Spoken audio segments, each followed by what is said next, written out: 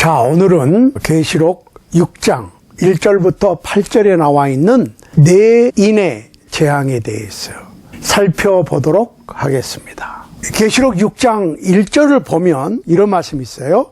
내가 봄에 어린 양이 7인 중에 하나를 떼시는 그때에 내가 들으니 네 생물 중에 하나가 우레 소리같이 말하되 오라 하기로 내가 이에 보니 흰 말이 있는데 그 탄 자가 활을 가졌고 면류관을 받고 나가서 이기고 또 이기려고 하더라. 자, 여기서 우리가 생각을 좀 깊이 해봐야 될 게 7인 중에 하나를 하나님의 어린 양이신 예수 그리스도께서 떼시니까 하나님의 보좌 주위에 있던 네 생물 중에 한 생물이 오라. 근데 영어로는 come and see, 와서 봐라, 이렇게 얘기를 한 거예요. 그래서 요한이 보니까 흰 말이 있고 흰 말을 탄 자가 있는데 흰 말을 탄 기사가 활을 가졌고 면류관을 받았고 나가서 이기고 또 이기려고 하더라. 자, 그런데 여기서 우리가 주지해 봐야 될 게 첫 번째 인이 아니고 7인 중에 하나입니다. 그 얘기는 무슨 얘기냐면 이 인을 처음 띄었고 2번, 3번, 4번 떼서 4말이 나오는데 이게 꼭 순서가 정해져 있는 것이 아니고 하나를 떼니까 흰 말이 나왔고 그 다음을 떼니까 붉은 말이 나왔고 그 다음에는 검은 말, 그 다음에는 청황색 말이 나왔다. 이렇게 돼 있거든요. 그러니까 이거를 순서적으로 꼭 이렇게 돼야 되는 건 아니고 이 네 말에 그리고 네 말을 탄 자의 비밀이 여기에 있는 겁니다. 그러니까 이 말이 백마, 정마, 흑마, 청황색마 이런 것들이 순서대로 꼭 와야 되는 건 아니에요. 그런 말과 그 말을 탄 기사가 있다. 그 비밀이 따로따로 있는 것이지 그것이 꼭 순서대로 돼야 된다는 얘기는 아니라는 걸 전제로 하고 생각을 하도록 하겠습니다. 자, 첫 번째 처음으로 인을 띄었더니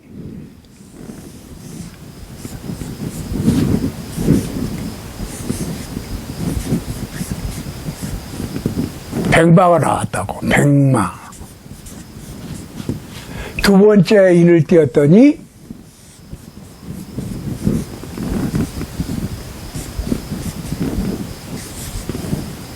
적마, 붉은 말, 크고 탄 사람. 세 번째 인을 띄었더니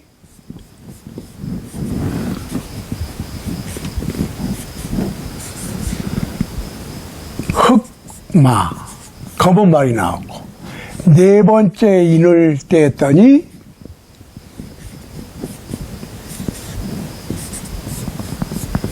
청황색 말이 나왔습니다. 자, 이 하얀 말, 붉은 말, 검은 말, 청황색 말이 무엇이냐? 그리고 그 말을 탄 자는 무엇을 의미하느냐? 이거를 생각을 해 봐야 됩니다.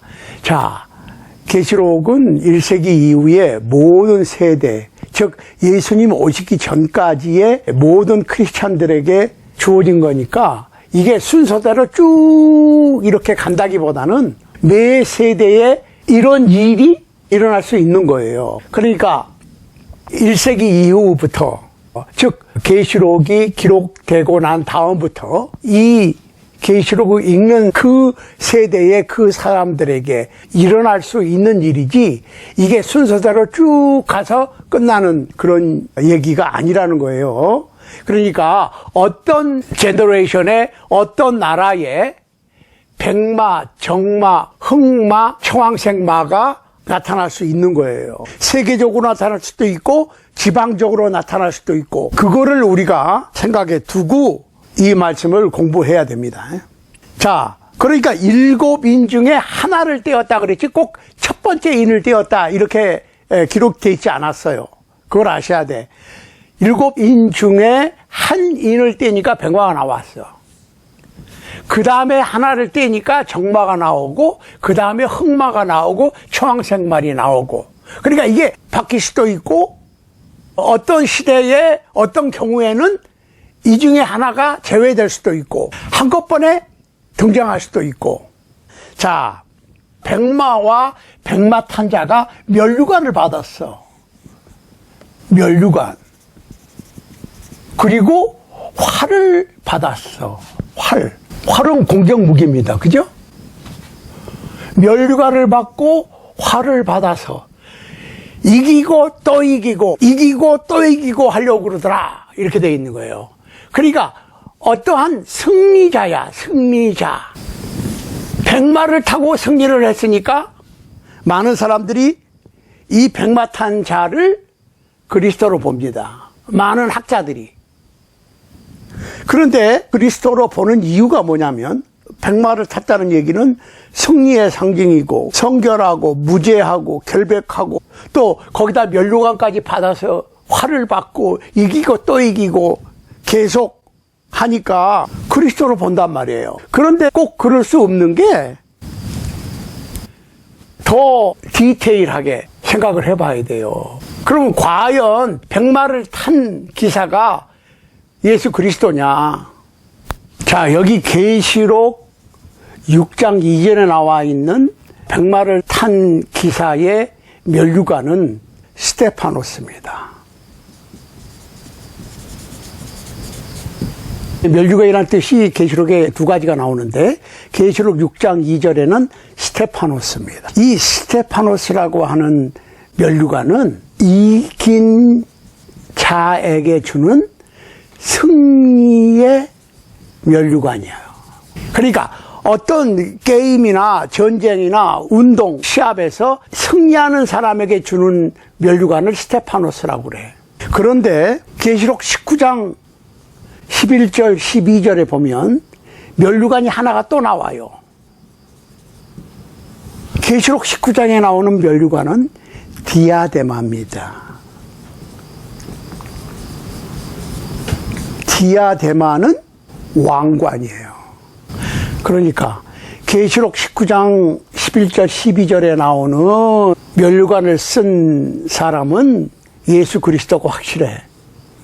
왕이시니까. 근데 계시록 6장 이전에 나오는 백마를 탄 면류관을 쓴 기사는 예수 그리스도가 아니라고 보는 것이 맞습니다. 왜? 면류관을 썼는데 왕관이 아니고 승리자에게 주는 스테파노스를 썼으니까. 그렇다면 백마를 타고 나타난 이 기사는 예수 그리스도가 아닌 어떠한 승리자, 정복자, 개선장군이니까 그리스도 같이 보이는 어떤 인물이지 예수 그리스도가 아니라는 겁니다. 그러면은 과연 시대마다 1세기 이후에 정말 예수 그리스도와 같이 예수 그리스도를 흉내내는, 예수 그리스도로 착각할 수 있는 정복자, 승리자, 백마를 탄 사람이 누구겠느냐. 한 가지 분명한 것은 예수 그리스도는 절대로 아니야. 예수 그리스도가 아니라는 얘기는 예수 그리스도처럼 보일 수도 있고 예수 그리스도처럼 행동할 수도 있고 많은 사람들에게 추앙을 받을 수도 있다는 얘기야. 그렇지만은 예수 그리스도가 아니라고. 이걸 아셔야 돼. 자, 우리가 데살로니가 후서 2장에 보면 이런 말씀이 있어요. 1절입니다. 형제들아, 우리가 너희에게 구하는 것은 우리 주 예수 그리스도의 강림하심과 우리가 그 앞에 모임에 관하여 혹 영으로나 혹 말로나 혹 우리에게 받았다 하는 편지로나 주의 날이 이르렀다고 시동심하거나 두려워하거나 하지 아니할 그것이라. 누가 아무렇게 하여도 너희가 미혹하지 말라. 먼저 배도하는 일이 있고 저 불법의 사람 곧 멸망의 아들이 나타나기 전에는 이르지 아니하리니 저는 대적하는 자라 범사에 일컫는 하나님이나 숭배함을 받는 자 위에 뛰어나 자존하여 하나님 성전에 앉아 자기를 보여 하나님이라 하느니라. 내가 너희와 함께 있을 때에 이 일을 너희에게 말한 것을 기억하지 못하느냐. 저로 하여금 저의 때에 나타나게 하려 하여 막는 것을 지금도 너희가 안 하니 불법의 비밀이 이미 활동하였으나 지금 막는 자가 있어 그 중에서 옮길 때까지 하리라. 그때에 불법한 자가 나타나리니 주 예수께서 그 입의 기운으로 저를 죽이시고 강림하여 나타나심으로 폐하시리라. 악한 자의 임함은 사단의 역사를 따라 모든 능력과 표적과 거짓 기적과 불의의 모든 속임으로 멸망하는 자들에게 임하리니 이는 저희가 진리의 사랑을 받지 아니하여 구원함을 얻지 못함이니 이러므로 하나님이 유혹을 저희 가운데 역사하게 하사 거짓 것을 믿게 하심은 진리를 믿지 않고 불의를 좋아하는 모든 자로 심판을 받게 하려 하심이니라. 자, 그리스도 같이 보이는 그리스도로 많은 사람들이 착각할 수 있는 백마를 탄 승리자요 정복자가 나타날 거야. 근데 그거를 뭐라고 불러요? 불법의 사람, 멸망의 아들이라고 부릅니다. Man of sin, 그 다음에 son of perdition 그랬어요. 멸망의 아들이야. 그 얘기는 무슨 얘기예요? 모든 것을 정복하고 승리하는 백마를 탄 자가 나타나는데 그 백마를 탄 자가 승리자인 것도 맞고 정복자인 것도 맞고 이기는 것도 맞고 유명해지는 것도 맞고 많은 사람들의 추앙을 받는 것도 맞는데 그리스도는 아니야. 진짜가 아니라고. 하나님의 성전에 앉아서 자존하여 그 얘기를 자기를 높여 exalt himself 자기 자신을 높여 거의 하나님 대접을 받아. 그런데 이 사람은 결국은 뭐예요? 진리를 oppose 대적하는 대적자야. 대적자. 진짜 만왕의 왕이신 예수 그리스도처럼 보이는데 대적자라고. 자, 그런데 여기서 데살로니가 후서 2장 3절에 보면 이 대적자에 대해서 설명을 할 때 예수 그리스도께서 오시기 전에 예수 그리스도와 같이 보이는 대적자가 백마를 타고 나타날 거라는 거지, 쉽게 얘기하면. 그러니까 계시록 6장 2절에 나와 있는 백마를 탄 자는 예수 그리스도가 아니라 대적자다. 예수 그리스도를, 복음을, 진리를 대적하는 대적자고 많은 사람들을 유혹하는, 많은 사람들에게 추앙을 받으나 진실로 추앙을 받아야 되는 그리스도가 아니고 그리스도와 같이 가장한 그리스도를 대적하는 인물이라는 거지요. 그런데 미혹을 당하지 말라 그 대신. 그러니까 미혹 당할 만한 용모를 갖췄어요. 화를 받았지, 승리의 멸관을 받았지, 이기지, 또 이기지, 또 이기지, 자꾸 이기려고 그러지. 그러니까 많은 사람들이 착각을 할 수밖에 없지. 그런데 동심하거나 마음이 움직이거나 두려워하거나 미혹 당할 수가 있으니까 미혹하지 말라 그 말이야. 그런데 이런 것들의 출현을 배도하는 일이라고 표현했어요. falling away. 타락이라고 그러죠. falling away.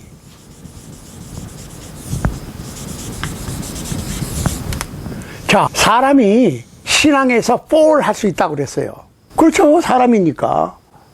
베드로도 fall 했잖아요. 그런데 fall 하면 올라가면 되잖아. 떨어졌으면 올라가면 돼. 근데 fall away 해버리면, 멀리 가버리면, 돌아올 수 없을 만큼 가버리면 못 돌아오는 거지. 그러니까 성경에서 타락을 단순한 fall, 믿음에서 떨어지는 게 문제가 아니고 falling away 하는 게 문제지.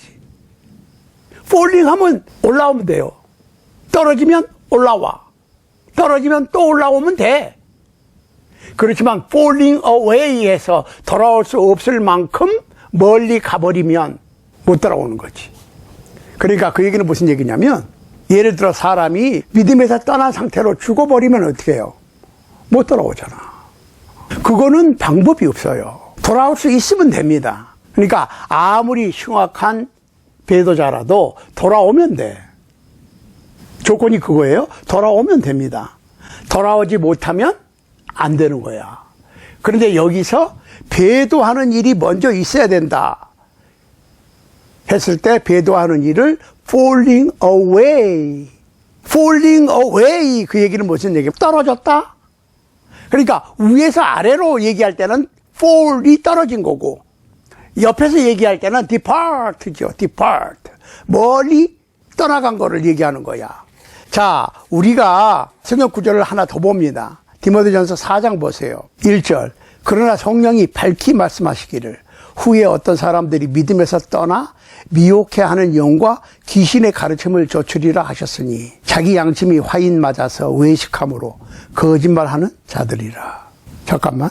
데살로니가 후서에서는 배도한다고 표현을 했고 그거를 falling away라고 그랬고 디모데전서 4장에서는 depart라고 그랬고 falling은 위에서 아래로 떨어지는 거고 그럼 올라와야 되겠지. depart는 한 곳에서 다른 곳으로 멀어져 가는 걸 얘기하는 거지. 마치 배가 항구에서 멀어지듯이 depart. 비행기가 활주로에 이륙하듯이 depart 하는 거죠. 그래서 이륙을 departing 이렇게 표현하잖아요. 자, 그런데 이게 먼저 있고 그 다음에 불법의 사람이 나타나고 멸망의 아들이 나타난다 그랬거든요. Man of sin이 나타나기 전에 departing, falling away 하는 일이 먼저 있고 그 다음에 man of sin 곧 son of perdition이 나타나고 이 사람은 opposing, 배도한, 대적한다 그 말이야. 반항하는 걸 얘기하는 거예요. 그 얘기는 obey 하는 게 아니야. disobey 하는 거야. 순종 안 하고 불순종하는 거예요. 그 다음에 이 존재의 특징이 뭐냐? 자존한다. exalt himself. 자기 자체를 높여. 그래서 이거를 the mystery of lawlessness라고 그랬습니다. 불법의 비밀이라고 그랬어요. 불법의 비밀. lawlessness. 법을 안 지키는 거를 lawless라고 그래. lawlessness는 불법이라고 하는 명사형이지. mystery of lawlessness. 불법을 행하는데 그럴듯하게 아닌 것 같이 불법을 행하는 거야. 교묘하게. 사도 바울 때부터 활동을 시작했다. 이블맨이 나타날 것이다. 이걸 이블맨이라고 보는 거예요. 백마탄 자를 이블맨이라고 봐야 돼. 왜? 보이는 거는 승리자요, 정복자요, 실제로 정복자야. 그렇지만은 쓴 왕관이 그냥 이기니까 받아 쓴 왕관이지 디아데마, 즉 만왕의 왕이신 예수 그리스도의 면류관을 쓴 게 아니니까. 보이기는 예수 그리스도 같이 보여. 그런데 사실은 예수 그리스도로 가장한 대적자요, 배도자요, 멸망의 아들이다. 근데 그 특징이 있어요. 미혹해하는 영과 귀신의 가르침을 쫓으리라 하셨으니 이거는 성령께서 밝히 말씀하셨다 그랬어요. 귀신의 가르침과 미혹해하는 영의 가르침을 쫓는 건데 deceiving spirit and doctrines of demons 그랬어요. 그거는 믿음에서 떠난 것인데 그게 뭐냐? 3절 보세요. 디모데전서 4장 3절입니다. 혼인을 금하고 식물을 폐하라 할 터니나. 혼인을 금하고 식물을 폐하라. 혼인을 금한다.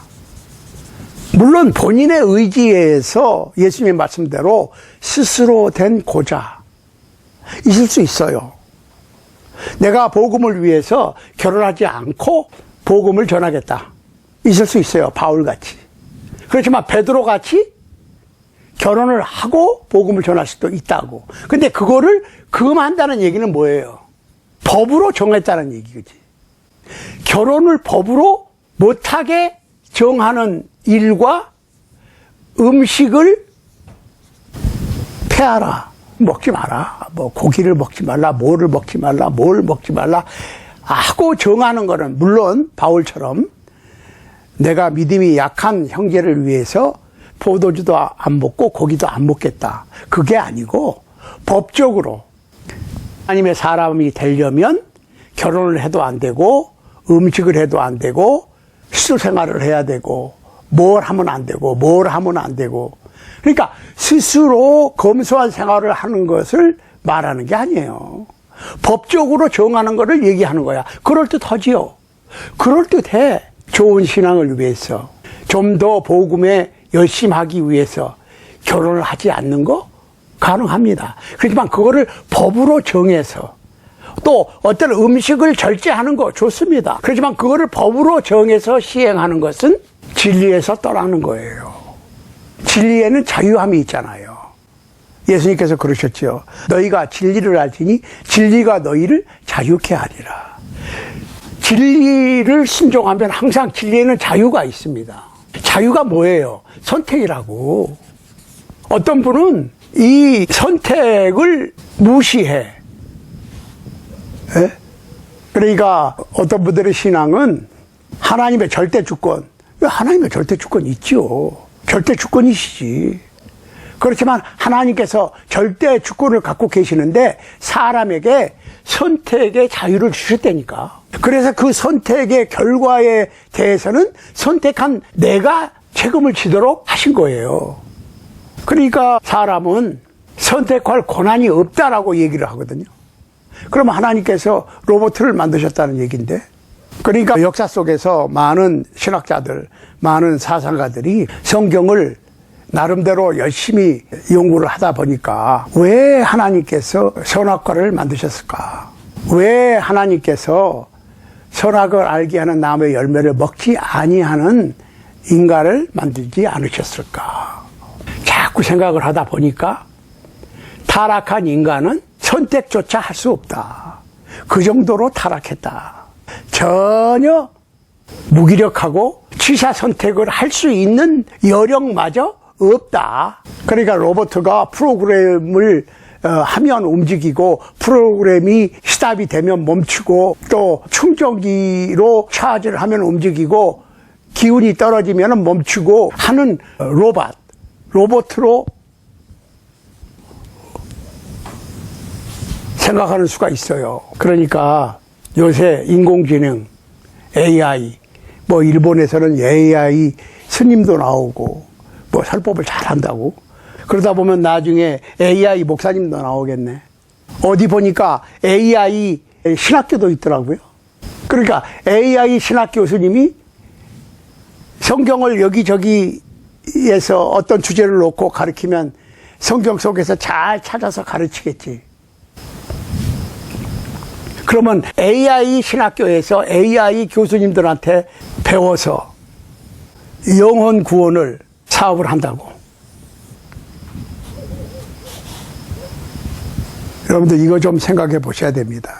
AI가 기독교 신앙 안에도 들어오고 있다 이 말이야. AI가 영혼이 있습니까? 혼은 있을 수 있어요. 왜? 살아 움직이는 것이 혼이니까. 동물도 혼은 있잖아요. 그러면 영이 있느냐 이 말이지. 영. 하나님의 영을 닮은 영이 있느냐. 우리가 깊이 생각을 해볼 것들이 굉장히 많아지는 시대를 살고 있습니다. 그러니까 백마를 탄 자는 대적자야. 악한 자의 임함은 사단의 역사를 따라 모든 능력과 표적과 거짓 기적과 불의의 모든 속임으로 멸망하는 자들에게 임하는데, 저희가 진리의 사랑을 받지 아니하여 구원함을 얻지 못함이니라. 이유가 뭐냐? 진리를 믿지 않고 진리를 따르지 않으니까 심판을 받게 하기 위해서 유혹을 저희 가운데 역사하게 허락하시는 거예요. 거기다가 모든 능력과 표적과 기적을 베푸르니까 당연히 그리스도로 알고 따를 수밖에 없지. 백마를 탄 기사를 조심하라.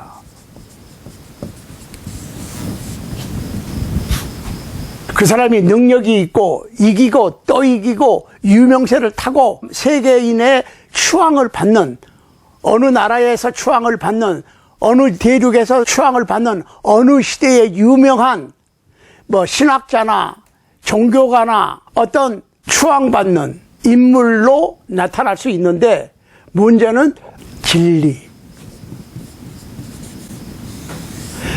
진리를 어떻게 대하느냐. 진리를 따르냐, 안 따르느냐. 자, 진리가 뭡니까? 진리는 영원토록 변하지 않는 게 진리입니다. 그걸 아셔야 돼. 시대에 따라서 바뀌는 것은 진리가 아니에요. 신앙이 있고, 신학이 있어. 신앙이 우선입니까? 신학이 우선입니까? 모두가 신앙이 우선이라고 그래.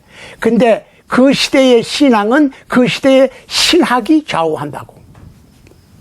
신학은 바뀌어요.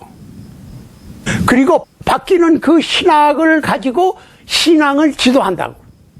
그 얘기는 결론적으로 뭐예요? 진리를 따르는 게 아니라 신학을 따르는 거거든. 시대가 어느 시대인데, 그때가 언젠데, 지금 시대가 어느 시대인데, AI 시대야. 신학도 AI로 하면은 완벽하게 강의하고 AI 교수가 배울 수 있다. 그러나 진리는 진리지 AI의 가르침이 진리가 아니라고.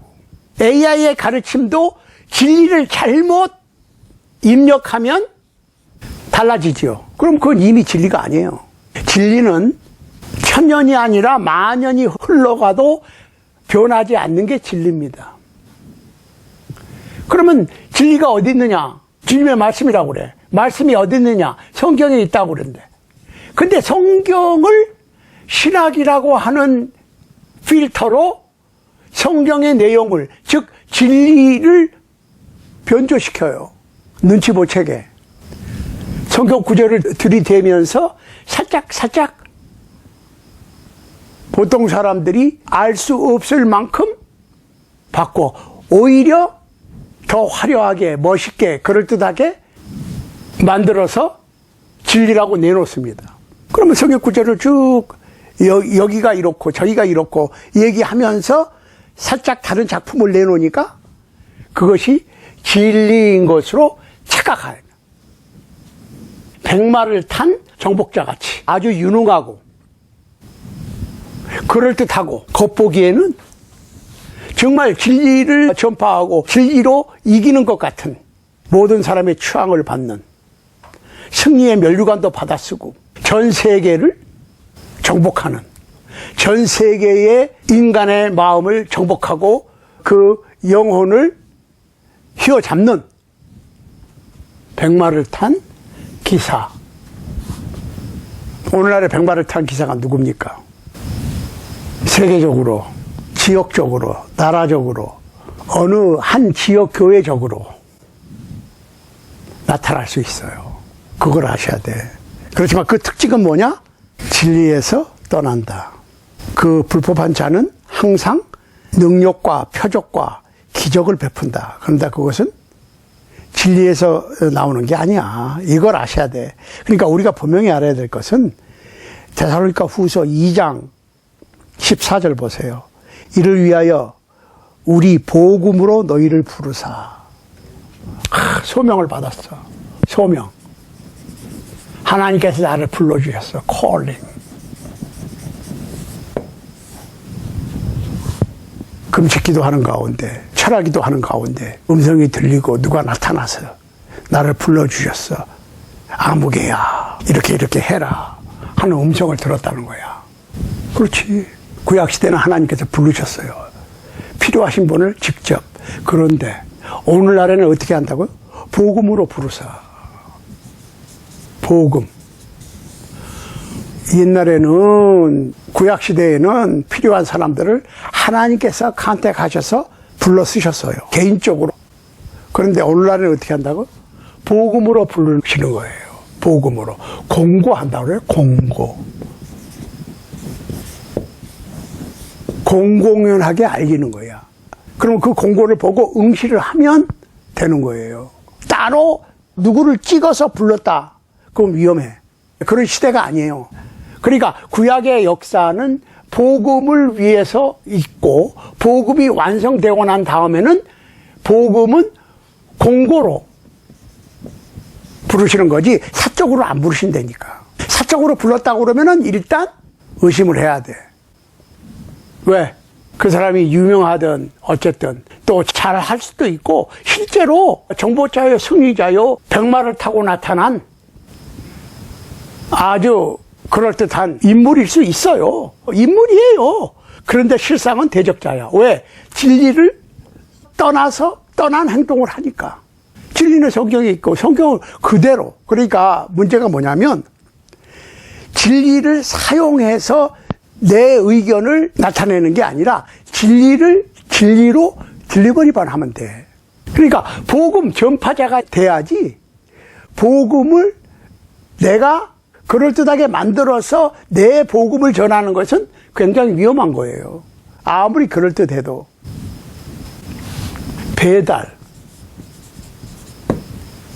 배달하는 사람이어야지. 복음 제조기가 되면 안 돼. 그러니까 고린도전서 15장 1절로 4절에 보면 내가 너희에게 전한 것을 너희로 알게 하노니 이렇게 시작을 하거든요. 바울이. 복음을 설명하면서 내가 너희에게 전해줘서 너희가 알고 있고 이미 들었고 복음에 섰는데 지금 다시 알게 한다라고 얘기를 하거든요. 고린도 교회 교인들이 복음을 듣고 알고 순종했는데 잊어버렸어. 뭔지를. 그리고 딴소리를 자꾸 해. 그러니까 복음이 뭐냐? 태초에 하나님과 함께 있었던 하나님의 말씀, 천지 만물을 창조하실 때 관여하셨던 하나님의 말씀, 곧 하나님이신 독생자이신 그분이 육신을 입고 세상에 와서 인류의 죄를 위하여, 즉 나의 죄를 위하여 살찌끼고 피 흘려 죽으시고 장사되시고 부활하셨다고 하는 역사적인 사실이 복음이라고. 그 복음이 처음 선포된 게 사도행전 2장입니다. 예수님을 십자가에 못 박게 했던, 죽였던 유대인들에게 복음을 전하니까 우리가 메시아를 못 박았어. 어떻게 했으면 좋겠냐. What shall we do? 그러니까 바울이 뭐라고 그랬어요? 너희가 회개하여 각각 예수 그리스도의 이름으로 세례를 받고 제사함을 얻어라. 그리하면 성령을 선물로 주실 것이다. 근데 그게 변했어. 어떻게 변했나?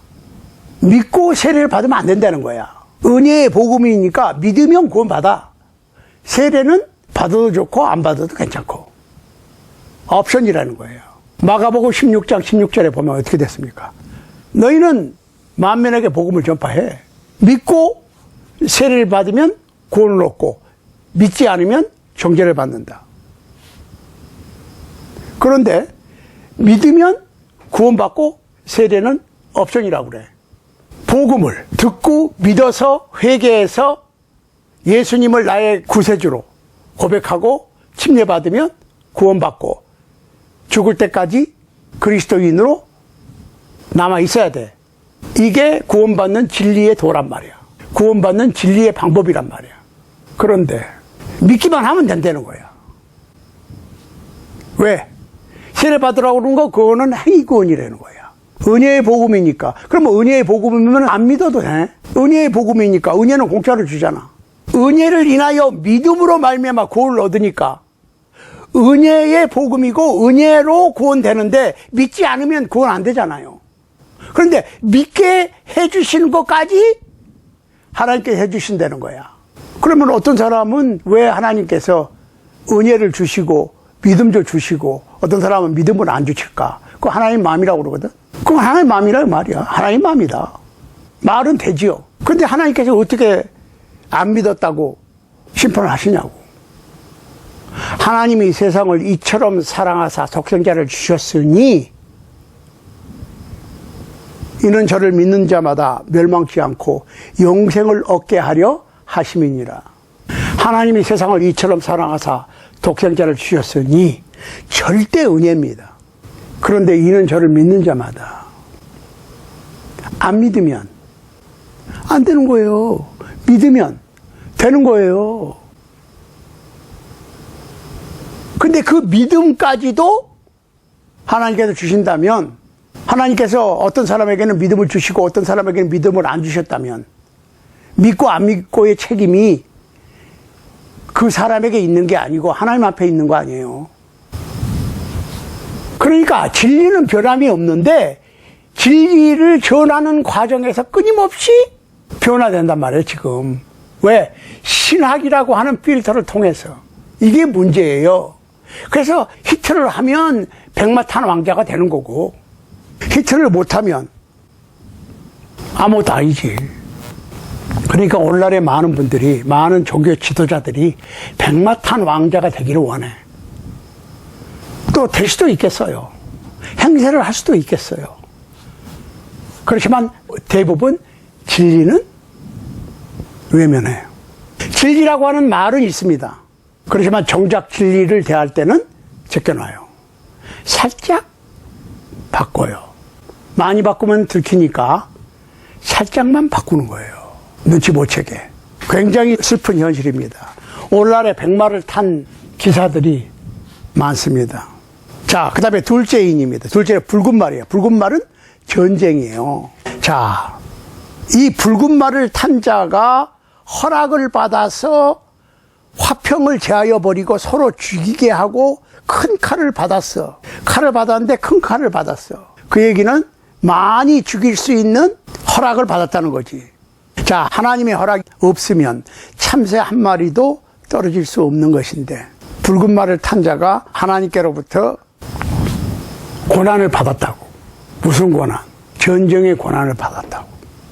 그러니까 사자는 시험하는 자인데, 사자니 시험을 할 때 하나님께서 욥을 시험할 때도 욥의 몸에는 직접 손대지 마라 라고 명령하셨죠. 그러니까 이 둘째 인을 뗄 때 등장한 붉은 말과 탄 자는 전쟁이라고 하는, 서로 죽이고 죽는 전쟁이라고 하는 재앙이지요. 오늘날의 이 땅에 퍼져 있는 국제 문제, 인종 문제, 노사 문제, 부부 문제, 형제 자매 문제부터 폭력, 이게 실제로 무기로 폭력할 수도 있고 전쟁할 수도 있고 무역 전쟁을 할 수도 있고 평화를 깨고 서로 죽이는 재앙이 바로 붉은 말의 재앙입니다. 전쟁의 재앙. 가공할 무기들이 만들어지고 있고, 무기를 잘 개발하면 히트를 해서 많은 돈을 벌 수도 있고, 그러니까 결론적으로 오늘날의 인류는 스스로를 사단의 병기로 사용하고 있다는 거예요. 전쟁이 끊임이 없잖아요. 1세기 이후부터 지금 21세기 초반까지. 그러니까 이 전쟁은 끊이지를 않아. 계속 말이니까. 붉은 말은 계속 달린다. 쉬는 거 갔다가 또 달리고, 또 달리다가 더 빨리 달리고, 이리 달리고 저리 달리고, 이 세상을 달리면서, 그러니까 말이라고 하는 거는 빠른 이동 수단을 얘기하는 거거든. 백말도 빨리 움직이고 붉은 말도 빨리 움직여. 그래서 붉은 말은 평화를 제거하고 전쟁을 일으키는 존재를 얘기하는 거지. 서로 죽이고 죽는 재앙이에요. 그러니까 이게 물리적인 전쟁도 붉은 말이 역사하는 거고, 실제로 국가 간의 전쟁도 마찬가지고, 집안의 문제도 마찬가지고, 사업 문제도 마찬가지고, 전쟁은 평화를 깨고 서로 죽이고 죽는, 영적이든 육적이든 그러한 일이 끊임없이 계속 진행되고 있다는 거죠. 그러니까 예수님 오시기 직전까지 이런 일이 있는 거예요. 자, 셋째 인을 떼니까 검은 말이 나왔어요. 셋째 인을 떼실 때 내가 들으니 셋째 생물이 말하기를 오라 하여 보니 검은 말이 나오고 탄 자가 그 손에 저울을 가졌더라. 저울, 스케일, 저울을 갖고 나타났어. 흑말을 타고. 그런데 어떤 음성이 들리는데, 한 데나리온에 밀 한 대요, 한 데나리온에 보리 석 대로다. 감람류 포도주는 해치지 말라. 그 얘기는 무슨 얘기냐? 검은 말은 흉년입니다. 기근, 흉년. 한 데나리온은 한 노동자가 하루 품삯을 얘기하는 건데, 하루 품삯으로 밀 한 대박밖에 못 사. 코닉스로 돼 있어요. 여기서 코닉스.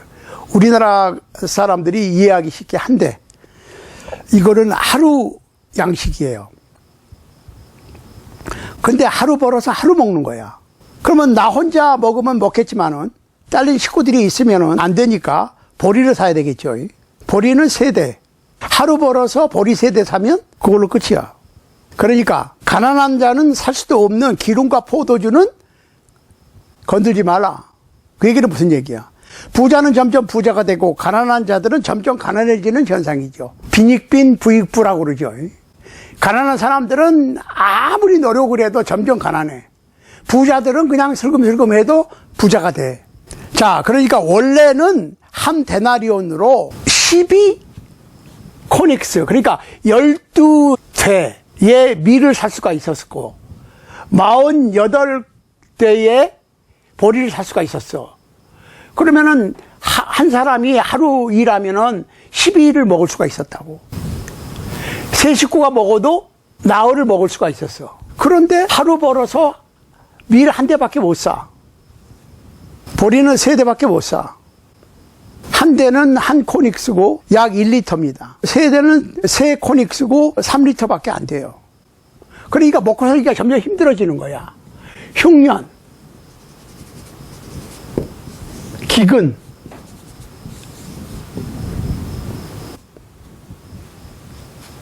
넷째 인을 떼실 때 내가 넷째 생물의 음성을 들으니 오라 하여 보니 청황생발이 나오는데 그 탄자의 이름이 사망이니 음부가 그 뒤를 따르더라. 저희가 땅 4분의 1의 권세를 얻어 검과 흉령과 사망과 땅의 짐승으로서 죽이더라. 죽음의 재앙입니다. 청황생말은 영어로 페일인데 창백한 말을 얘기하는 거예요. 이 청황생말을 탄 자의 이름이 죽음이야. death. 근데 그 뒤에 뭐가 따라요? 음부가 따르더라. 이거를 음부가 따른다는 말은 지옥이 따른다고 킹 제임스에서는 얘기하는데 하데스는 지옥이 아니라니까 죽음을 얘기하는 거예요. 그 하데스 속에 편히 쉬는 곳과 고통받는 곳이 있지 음부 자체가 지옥이 아니라고. 그런데 이 킹 제임스를 신봉하는 분들은 끝까지 우기대. 하데스가 지옥이라는 거야. 헬이라는 거야. 그러면 성경 전체가 틀어져요. 뭐 그러든지 말든지 하데스는 절대로 지옥이 아닙니다. 하데스는 음부, 곧 영들의 집합소입니다. 이 음부가 나중에 둘째 사망에 들어가 버리잖아요. 진짜 지옥으로 음부가 들어가 버려. 그 얘기는 결론적으로 영혼의 세계가 없어진다는 얘기는 죽음 자체가 없어진다는 얘기예요. 사망이라고 하는 창백한 말을 탄 자가 칼과 흉령과 질병과 땅의 짐승으로 인구 4분의 1을 죽여. 자, 1차 세계대전 때 850만 죽었습니다. 2차 대전 때 7,800만이 죽었습니다. 6.25 전쟁 때 137만 4,195명 죽었다고 되어 있습니다. 월남전에서는 300만에서 500만 죽었다는 통계가 있습니다. 우크라이나와 러시아 전쟁으로 현재 50만 정도, 러시아 30만, 우크라이나 20만 사상자가 났다고 그래요. 이스라엘 하마스 뭐 이런 전쟁으로 한 3만 명 죽었다고 하는데 지금 점점 죽고 있죠. 그런데 계시록 6장 8절에 보면 인구 4분의 1이 죽임을 당할 것이니까 지금 현재 인구가 80억인데 그중에 한 20억은 죽게 된다는 얘기죠. 그런데 어떻게 죽느냐? 무기에 의해서. 그 다음에 굶주림으로 굶어 죽어. 그러니까 이게 그 미사일이나 총이나 폭탄이나 이런 걸로, 그 다음에 굶어서, 그 다음에 플레이그, 역병, 전염병으로, 또 땅의 짐승에 의해서 4분의 1이 죽어. 그리고 결론적으로 오늘날 21세기 초반으로 계산하면 한 20억은 죽게 될 거라는 얘기죠. 4분의 1이니까. 이런 시대를 살고 있어요. 그럼 우리는 어떻게 해야 돼? 겁내지 말라 이거야. 하나님께서는 하나님의 백성을 지키시고 하나님께서는 죽은 자를 살리시고 없는 것을 있는 것 같이 부르시는 하나님이니까 하나님의 백성으로 크리스찬으로 살아가는 우리는 죽음을 두려워하면 안 돼. 우리를 죽음에서 보호하시기도 하겠지만은 죽어도 살리실 거니까. 두 가지 죽음이 있다는 거 말씀드렸잖아요. 영적인 죽음과 육적인 죽음이 있는 거야. 영적으로 사는 게 있고 육적으로 사는 게 있거든. 물과 성령으로 거듭난 영혼은 둘째 사망에 안 들어가고, 첫째 죽음을 통해서 영계로 들어갔던 크리스찬들은 예수님께서 오실 때 육신의 부활을 통해서 완전한 영과 육의 구원이 완성되는 날이니까 걱정할 거 하나도 없다는 얘기죠. 쉽게 얘기하면. 그러니까 오늘 요한계시록 6장 1절로 8절에 나와 있는 이 첫째인, 둘째인, 셋째인, 넷째인, 백말, 붉은 말, 검은 말, 청황색 말, 창백한 말, 이러한 말은 매 세대마다 등장을 해. 그렇지만 겁내지 마라. 두려워할 것도 없다. 평화는 이미 깨져 있는 거예요. 평화를 위해서 노력을 한다고 되는 것도 아니야. 왜? 그거는 이미 평화는 깨져 있어. 평화는 제거됐어요.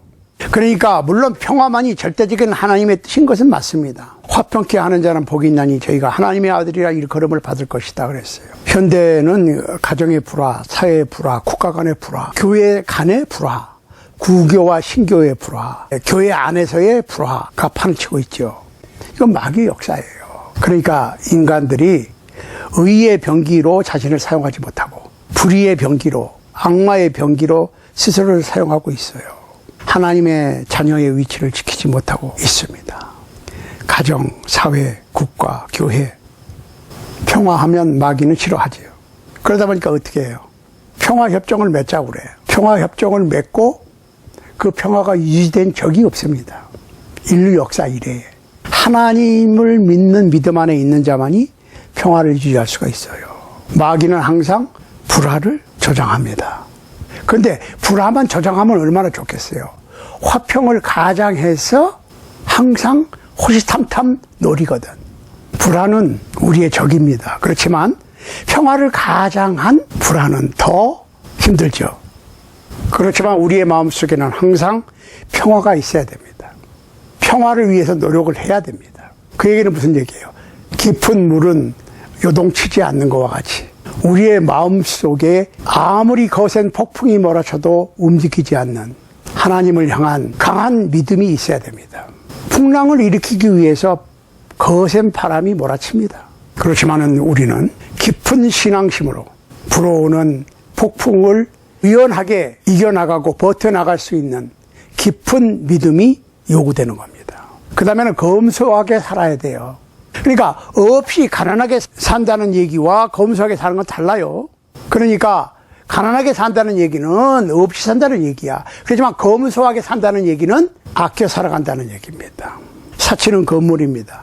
물자도 아끼고 검소한 생활을 해야 돼. 그러니까 씀씀이가 해포주는 것도 문제지만은 요새 뭐 그렇게 벌어가지고 되겠어? 하고 현 시대에 맞게 벌려고 노력을 하다 보면 문제가 생기지. 그러다 보면 어떻게 돼요? 믿음을 잃어버려.